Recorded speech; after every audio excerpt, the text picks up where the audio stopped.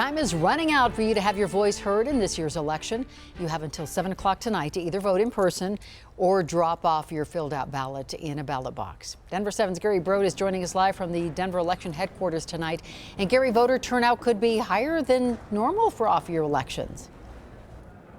Yeah, and to give you some idea here, in typical elections like we're seeing this year, voter turnout's around 37%, plus or minus 1 or 2 percentage points there.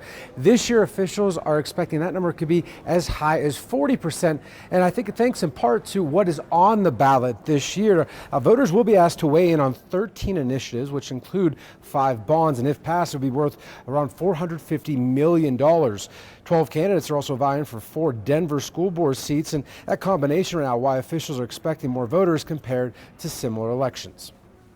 Yeah, the ones you have to compare it to are actually trending a little higher. And see, one of the things that also happens, and of course we're absolutely neutral on candidates and ballot issues, but those can be the driver. So here in Denver, we've got 13 ballot issues, and then we also have school board races. And so that's some of the things that's probably driving some of the turnout here.